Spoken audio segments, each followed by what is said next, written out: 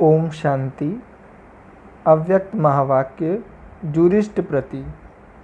सभी सदा स्व को स्वतंत्र करने और अनेक आत्माओं को अनेक बंधनों से स्वतंत्र करने की सर्विस में रहना ही जस्टिस का कार्य है। सभी का जैसे लौकिक कार्य है कहाँ भी फंसे हुए को छुड़ाने का, वो तो उस गवर्नमेंट के हिसाब से फंस जाते हैं तो छुड़ाते हो। वह कोई व्यक्ति विकारों के वशीभूत बुरा काम करते हैं तो छुड़ाते हो व फंसाते हो, कभी सच कभी झूठ। यह रूहानी कार्य में सदा हर आत्मा को स्वतंत्र बनाने वाले हो। सेल्फ जस्टिस बनो। दूसरों की जजमेंट करने के पहले स्वयं को जज करो। स्वयं में जो भी वेस्टेज है उसे समाप्त कर दो तो दूसरों के व्यर्थ को भी समाप्त कर सकेंगे। इसके लिए जज बनो, वकील नहीं। वकील छोटे केस को भी लंबा कर देते हैं और जज सेकंड में हाँ व ना की जजमेंट कर देता है। वकील बनते हो तो काला कोट आ जाता है 1 सेकंड की जजमेंट। यह बाप का गुण है व नहीं है तो वेस्ट पेपर बॉक्स में डाल दो। अगर बाप का गुण है तो बेस्ट के खाते में जमा करो। संगम युग पर हर एक को सेल्फ जस्टिस बनना है। कोई भी बात करने के पहले स्वयं जज करो तो न स्वयं का समय जाएगा और न दूसरों का। जैसे परमात्मा बाप को कहते हैं कि वही जन्म जन्म के दुखों से छुड़ाने वाले हैं, इसलिए सुख का दाता कहकर महिमा गाते हैं। तो जैसा बाप वैसे बच्चे जन्म जन्मांतर के दुखों से छूटने की जजमेंट दो। सिर्फ एक जन्म के दुखों से छुड़ाने वाले नहीं, वह तो हुआ हाई कोर्ट का या सुप्रीम कोर्ट का जज, लेकिन यह स्पिरिचुअल जज। ऐसा जज बनने के लिए पढ़ाई की व समय की भी आवश्यकता नहीं है। 2 अक्षर ही पढ़ने हैं, आत्मा और परमात्मा, बस। इसके अनुभवी बन गए तो स्पिरिचुअल जज बन गए। तो बाप की आज्ञा है स्पिरिचुअल जज भी बनो। डबल जज बनने से अनेक आत्माओं के कल्याण के निमित्त बन जाएंगे। आएंगे एक केस के लिए और जन्म जन्म के केस जीत कर जाएंगे, बहुत खुश होंगे। चीफ जस्टिस की जजमेंट सदा यथार्थ होती है। जस्टिस के ऊपर चीफ जस्टिस हाँ या ना कर सकते हैं। चीफ जस्टिस के जजमेंट की बहुत वैल्यू होती है, इसलिए यथार्थ जजमेंट देनी है। तो हर एक का जैसे वर्तमान स्पष्ट होता है वैसे उनका भविष्य भी इतना ही स्पष्ट हो। वर्तमान और भविष्य की समानता द्वारा ही फाइनल हाँ या ना कर सकते हो। इसी स्टेज को बाप समान स्टेज कहा जाता है। दूसरा, डॉक्टर्स के प्रति डबल डॉक्टर बनो। रूहानी और जिस्मानी डबल डॉक्टर बनो। वह सेवा करते भी मूल कर्तव्य है रूहानी डॉक्टर बनना। बार बार रोगी आए, इससे तो सदा के लिए रोग ही खत्म हो जाए, तो ऐसी दवा देनी चाहिए।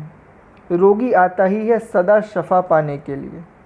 सदा शफा होगी रूहानी सेवा से, तो सभी मिल करके सेकंड में शफा देने की कोई गोली निकालो।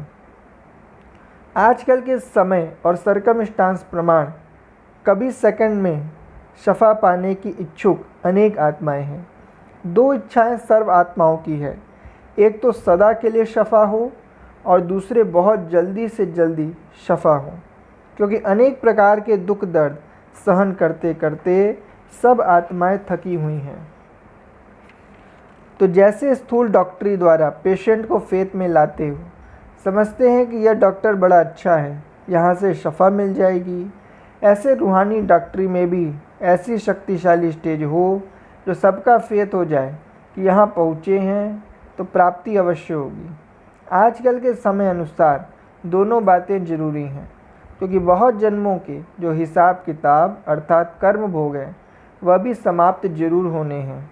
कर्म भोग का हिसाब खत्म करने के लिए स्थूल दवाई और कर्म योगी बनाने के लिए यह रूहानी दवाई दो। अभी सब भोग कर खत्म करेंगे, चाहे मनसा द्वारा चाहे शरीर द्वारा। फिर सभी आत्माएं मुक्ति धाम में जाएंगी। अभी न रोगी रहेंगे न डॉक्टर रहेंगे। इसकी प्रैक्टिस अंत में भी होगी। जो डॉक्टर होते भी कुछ कर नहीं सकेंगे, इतने अधिक पेशेंट होंगे। उस समय तो सिर्फ अपनी दृष्टि द्वारा, वाइब्रेशन द्वारा, उनको टेम्पररी वरदान द्वारा शांति दे सकते हो। मरेंगे भी बहुत। मरने वालों के लिए जलाने का ही समय नहीं होगा, क्योंकि अभी सब अति में जाना है। अति में जाकर अंत हो जाएगी। अभी के समाचारों के अनुसार भी देखो, कोई नई बीमारी फैलती है तो कितनी फास्ट फैलती है। जब तक डॉक्टर उस नई बीमारी की दवाई निकालते तब तक कई खत्म हो जाते हैं, क्योंकि अति में जा रहा है। और जब ऐसा हो तब तो डॉक्टर भी समझें कि हमसे भी कोई श्रेष्ठ चीज़ है। अभी तो अभिमान के कारण कहते हैं आत्मा वगैरह कुछ नहीं है, डॉक्टरी ही सब कुछ है। फिर वह भी अनुभव करेंगे। जब कुछ भी कंट्रोल नहीं कर पाएंगे तो कहाँ नज़र जाएगी।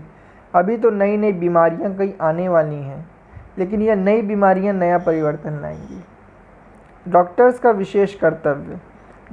विशेष कर्तव्य हर आत्मा को खुशी देना। पहली दवाई खुशी है। खुशी आदि बीमारी खत्म कर देती है। रूहानी डॉक्टर्स अर्थात खुशी की दवाई देने वाले। एक बार भी खुशी की झलक आत्मा को अनुभव हो जाए तो वह आत्मा सदा खुशी की झलक से आगे बढ़ती रहेगी।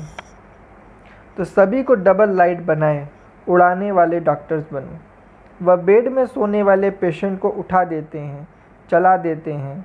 आप पुरानी दुनिया से उठाकर नई दुनिया में बिठा दो। ऐसे प्लान बनाओ। रूहानी इंस्ट्रूमेंट्स यूज़ करने का प्लान बनाओ। इंजेक्शन क्या है, गोलियां क्या है, ब्लड देना क्या है, यह सब रूहानी साधन बनाओ। किसको ब्लड देने की आवश्यकता है तो रूहानी ब्लड कौन सा देना है। हार्ट पेशेंट को कौन सी दवाई देनी है। हार्ट पेशेंट अर्थात दिल शिकस्त पेशेंट, तो रूहानी सामग्री चाहिए। जैसे वह नई नई इन्वेंशंस साइंस के साधन से करते हैं, आप साइलेंस के साधनों से सदा काल के लिए निरोगी बना दो।